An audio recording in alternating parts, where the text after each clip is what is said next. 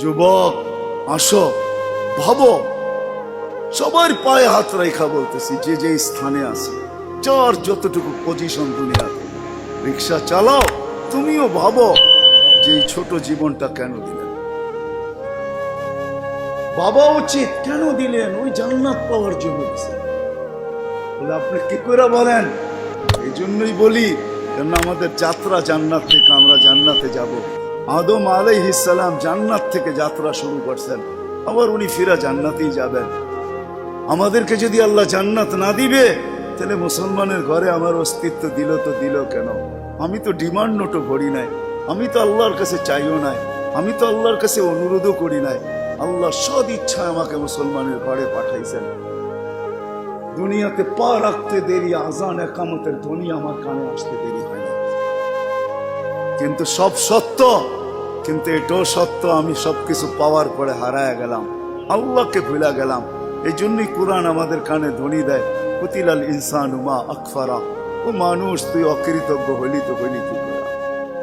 উচিত তো ছিল ফল আসলে গাছ আরো ঝুঁকবে, ফল আসলে আরো ঝুঁকবে। উচিত তো ছিল শিক্ষিত মানুষগুলা শিক্ষিত হইয়া 24 ঘন্টা আল্লাহর কুদরতি পায়ে পড়া থাকবে। উচিত তো ছিল ধনী ধন পাওয়ার পরে আল্লাহর কাছে কাছে থাকবে। উচিত তো ছিল যুবক যৌবন পাওয়ার পরে আল্লাহর কুদরতি পায়ে যায় মাথা ঠেকায় দিবে, মালিক তুই আমাকে যৌবন দিছিস, দূরে যাই তো যাই কি করা, যৌবন তো তোরই দেওয়া। 24 ঘন্টা আমাদের উপরে রহমতের বৃষ্টি বর্ষিত হইতে থাকে।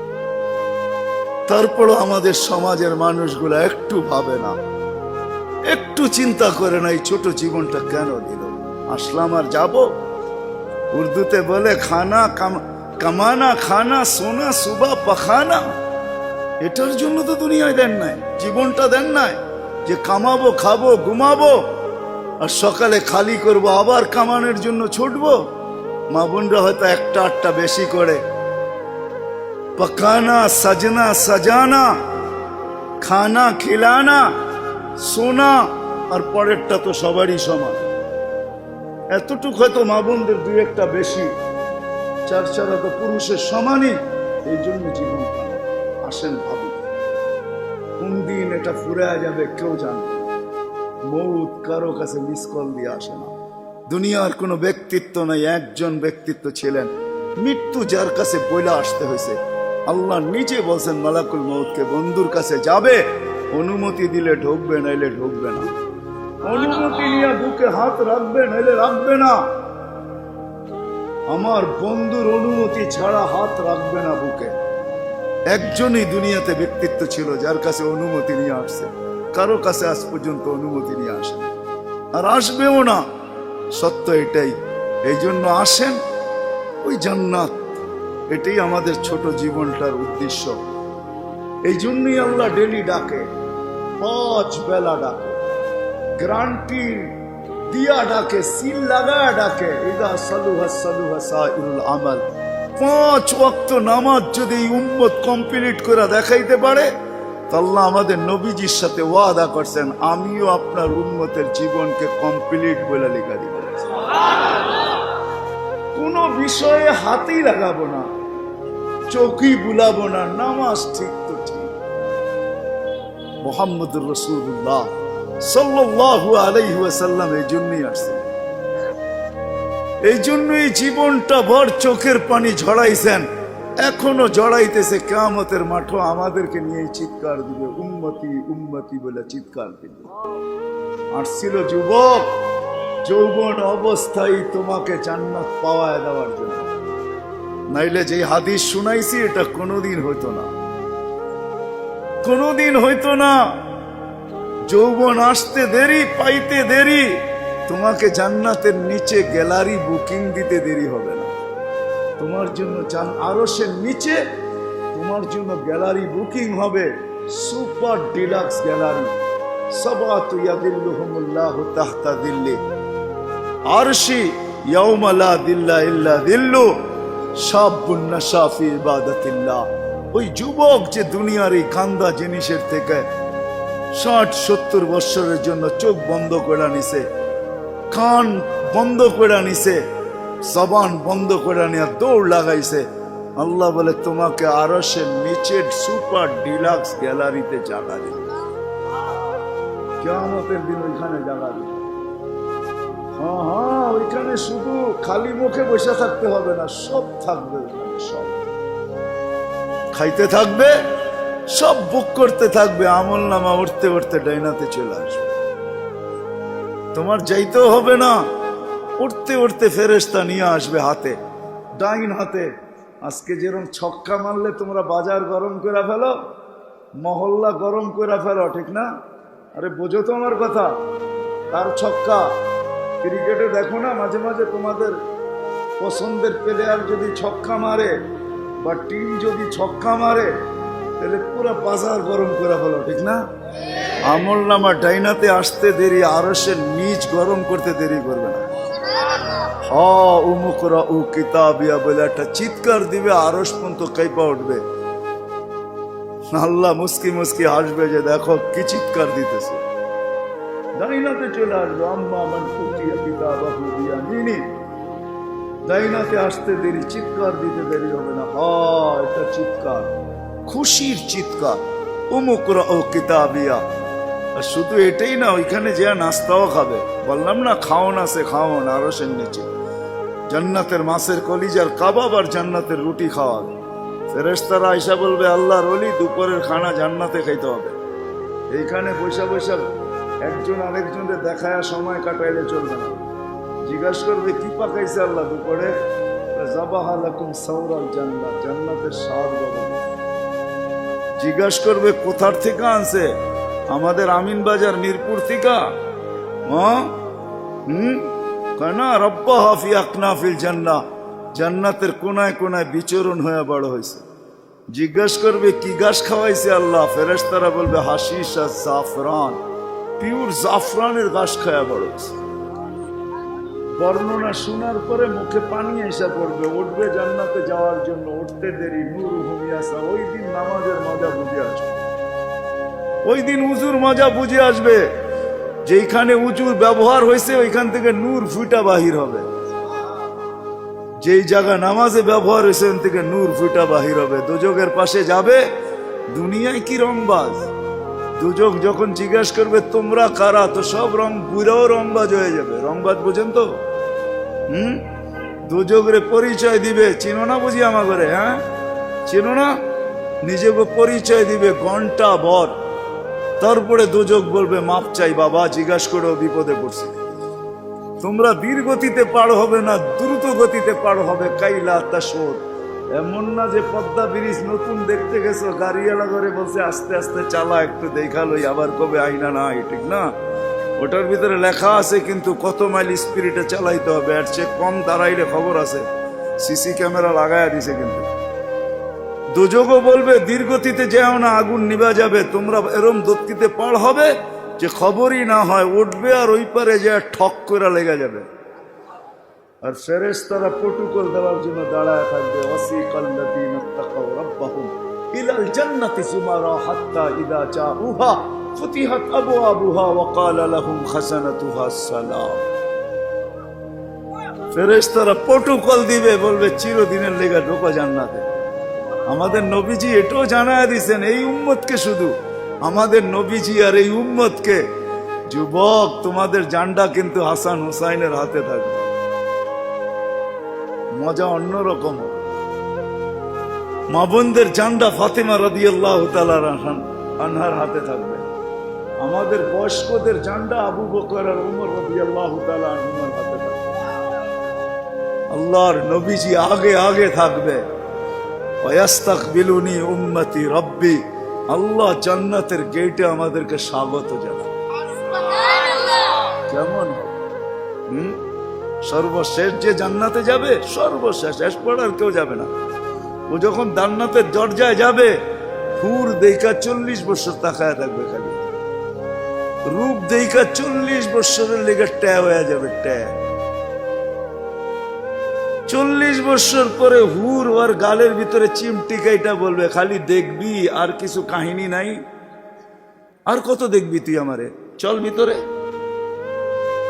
ওই জান্নাতের জন্য ছোট জীবন ব্যবস্থা। ওটার জন্যই যার কাছে যে যে অবস্থানে, এই অবস্থানটা ওই জান্নাতের জন্য কাটাবে কিভাবে, এটার জন্য মুহাম্মদুর রাসূলুল্লাহ সাল্লাল্লাহু আলাইহি ওয়াসাল্লাম। আমি তো বলি যুবক, হায় এই জীবনে তো কতবারই চুল কাটলা, ঠিক না? কাটো নাই চুল? হ্যাঁ, কমসে কম তো ঈদে কাটো, ঠিক না? আজ পর্যন্ত সেলুনে যে কোনোদিন বলছো যে আজকে তোদের যতগুলা ডিজাইন আছে এগুলা সরা? ও যদি বলে তোর মাথায় কি হলো, কয় না না সরা তুই এই ডিজাইন। আজকে আমি নিয়ত করে আসছি আমার চুল কাটবো আমার নবীর ডিজাইনে আমাকে কাটা দিব। একজন যুবক দেখো, বলো কসম খোদার, যদি তুমি নবীর মহব্বতে একদিন চুলও কাটতে পারো, তাহলে আমি জানি তোমার যদি ঈমান নিয়ে মরতে পারো, একদিনের চুল কাটা তোমাকে জান্নাতে নিয়ে যাবে। নবীর আদর্শ আল্লাহর কাছে বড় প্রিয়। এই জন্য আসো, লম্বা করতে চাইতেছি না, আসো ছোট জীবনটা যে যেই ক্ষেত্রে আছি, যুবক যৌবনে, নারী নারীত্বে, পুরুষ পুরুষত্বে, ধনী ধনের ভিতরে যে যে অবস্থানে আছি, পজিশনে আছি, এটা ওই জান্নাত নেওয়ার জন্য। নাইলে পস্তাইতে হবে, সওয়া যাবে না, এটাই সত্য। এক এক দুযোগীর এক একটা দাঁত হবে 10 কিলোমিটার চওড়া, উপরের মারিটা হবে 160 কিলোমিটার, বসতে জায়গা লাগবে 470 কিলোমিটার। ওই পাহাড় আমি 4 বার এই 2 চোখে দেখছি, ইয়ামানে জাবালে বায়দা, যেটার সমান এক একটা রান হবে। সইতে পারবে না। তোমাকে মুসলমানের ঘরে অস্তিত্ব দিছেন এই জন্য না, তোমাকে মুসলমানের ঘরে অস্তিত্ব দিছে যুবক এই জন্য যে তুমি যৌবন দিয়েই আল্লাহর কাছ থেকে জান্নাত নিয়ে নিবে। পরের সময়টা যেটা থাকবে ওটা শুধু বোনাস থাকবে। জান্নাত তুমি নিয়ে নিবে, পরে যা সময়টা পাবে এটার জন্য তোমার পদ মর্যাদা বাড়তে থাকবে, জান্নাতে মর্যাদা বাড়তে থাকবে। কিন্তু জান্নাতের প্লট তুমি যৌবন দিয়ে নিয়ে আনবে, এই জন্য তোমাকে যৌবন দিয়েছে। আসো আজকে সবাই মিলে অঙ্গীকার করে বুলার রাস্তার থেকে ফিরে আসি আর ভাবি যে আমাকে কিন্তু জান্নাত নিয়ে যেতে হবে। ওইখানে কোনো পরিচয় চলবে না। যদি চলতো তাহলে একটা কথা বলেই শেষ করতেছি, দুনিয়ার কারো যদি নাও চলতো তাহলে আবু তালেবের জন্য চলতো পরিচয়। আবু তালেবের চলতো, যেই নবীর পিঠের ছোঁয়া পাইলে ভাগ্য খোলে। আল্লাহর রসুল খেজুর গাছে পিঠ লাগায় জুমার খুতবা পড়তেন। যেই দিন মেম্বরে উঠছেন, পা রাখছেন, খেজুর গাছ বাচ্চার মতো ফুফায় ফুফায় কাঁদতেছিল, বিলাপ করতেছিল, আমাকে বঞ্চিত করলেন কেন? পেটের ছোঁয়া দিতেছিলেন, ধন্য হইতেছিলাম, কেন বঞ্চিত করলেন? মেম্বরে কেন পা দিলেন? আল্লাহর রসুল সান্ত্বনা দিতে দিতে এই পর্যন্ত সান্ত্বনা দেওয়ার পরে কান্না থামছে যে তোকে আমি জান্নাতে নিয়ে যাব। দুনিয়াতে তুই খেজুর খাওয়াইতে পারিস না, তুই জান্নাতে খেজুর দিবি, আমি খাবো। ওই আবু তালেবই আল্লাহ রসুলের ছোঁয়ায় ধন্য হইতো।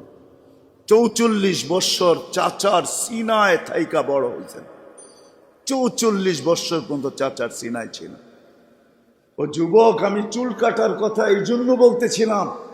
আনাস ইবনে মালিক রাদিয়াল্লাহু তাআলা আনহু বলেন, আল্লাহর রসুল আমার ঘরে আসছে, আমি দস্তরখান বিছায়া দিছি, খাইছেন, দস্তরখান দিয়ে হাত মুছছেন। ওই দিন থেকে নিয়ে আজ পর্যন্ত যতদিন বেঁচে থাকবো দস্তরখানকে পানি আর সাবান দিয়ে আমি পরিষ্কার করি না, আর করবো না।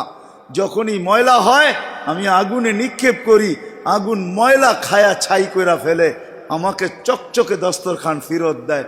একটা সুতাও জ্বালানোর ক্ষমতা রাখে না।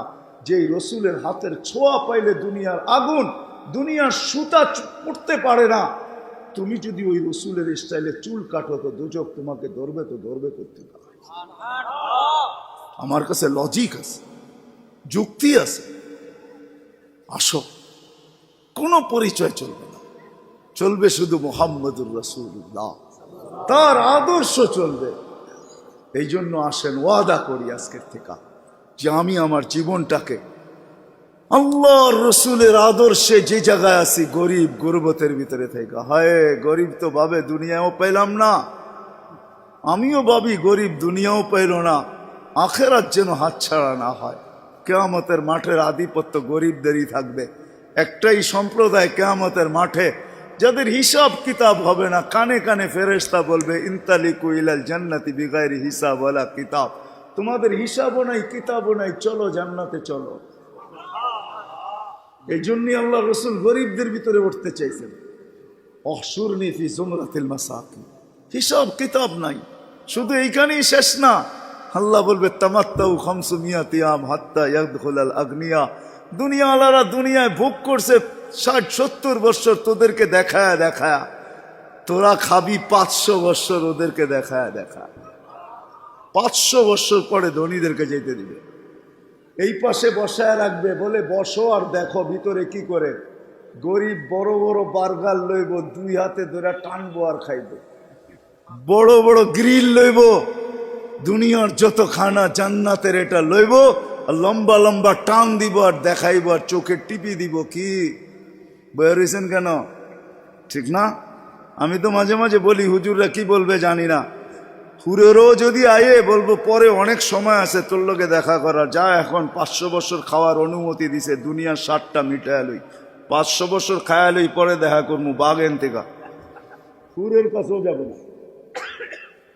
আল্লাহ ওই গরিবকেও ওই ক্ষেত্র দিছেন, ধনীর জন্যও দিছেন। ধনীর জন্য যে দেন না এমন না, তাহলে ফুসাইল ইবনে ইয়াজ রহমতুল্লাহ আলাইহি বলতেন না, আমাদের সমাজের বিত্তশালীরা যদি গরিবের বাড়িতে যায় আর যা তালাশ করে কার ঘরে কি পাক হইল কি হইল না, আল্লাহর রসুল বলে তুবাল আমির আলা বাবিল ফকির, এর চেয়ে উত্তম ধনী কেউ নাই যে গরিবের দরজায় যায় খটখটায়। ফুজাইল ইবনে ইয়াজ বলে তুমি 1 লোকমা ক্ষুধার্তের মুখে উঠায় দিবা, লোকমাতুন ফি বাতনিন যায় খায়রুম মিন বিনাই জামে, একজন আল্লাহর ঘর বানায় যা না পাবে, তুমি গরিবের ক্ষুধার্তের মুখে 1 লোকমা উঠায় দিয়ে এর চেয়ে বেশি সওয়াব পাবে।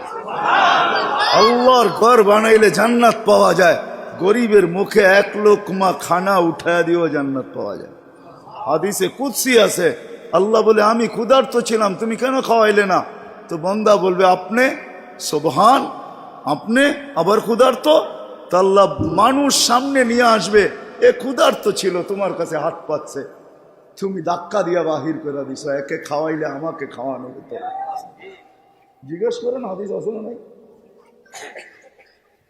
আমি কাপড়হীন ছিলাম, তুমি কেন আমাকে কাপড় পরাইলে না? ধনীকেও ধন দিছেন এই জন্য, শিক্ষিতকেও শিক্ষা দিছেন এই জন্য। আসেন অর্জন করবো তো, শিখবো তো, পাক্কা ওয়াদা? নামান সর্বশেষ ওয়াদা, আজকের থেকে নামাজ ছাড়বো না। ওয়াদা, কিন্তু ওয়াদা হইলে উঠান, নাইলে উঠান না।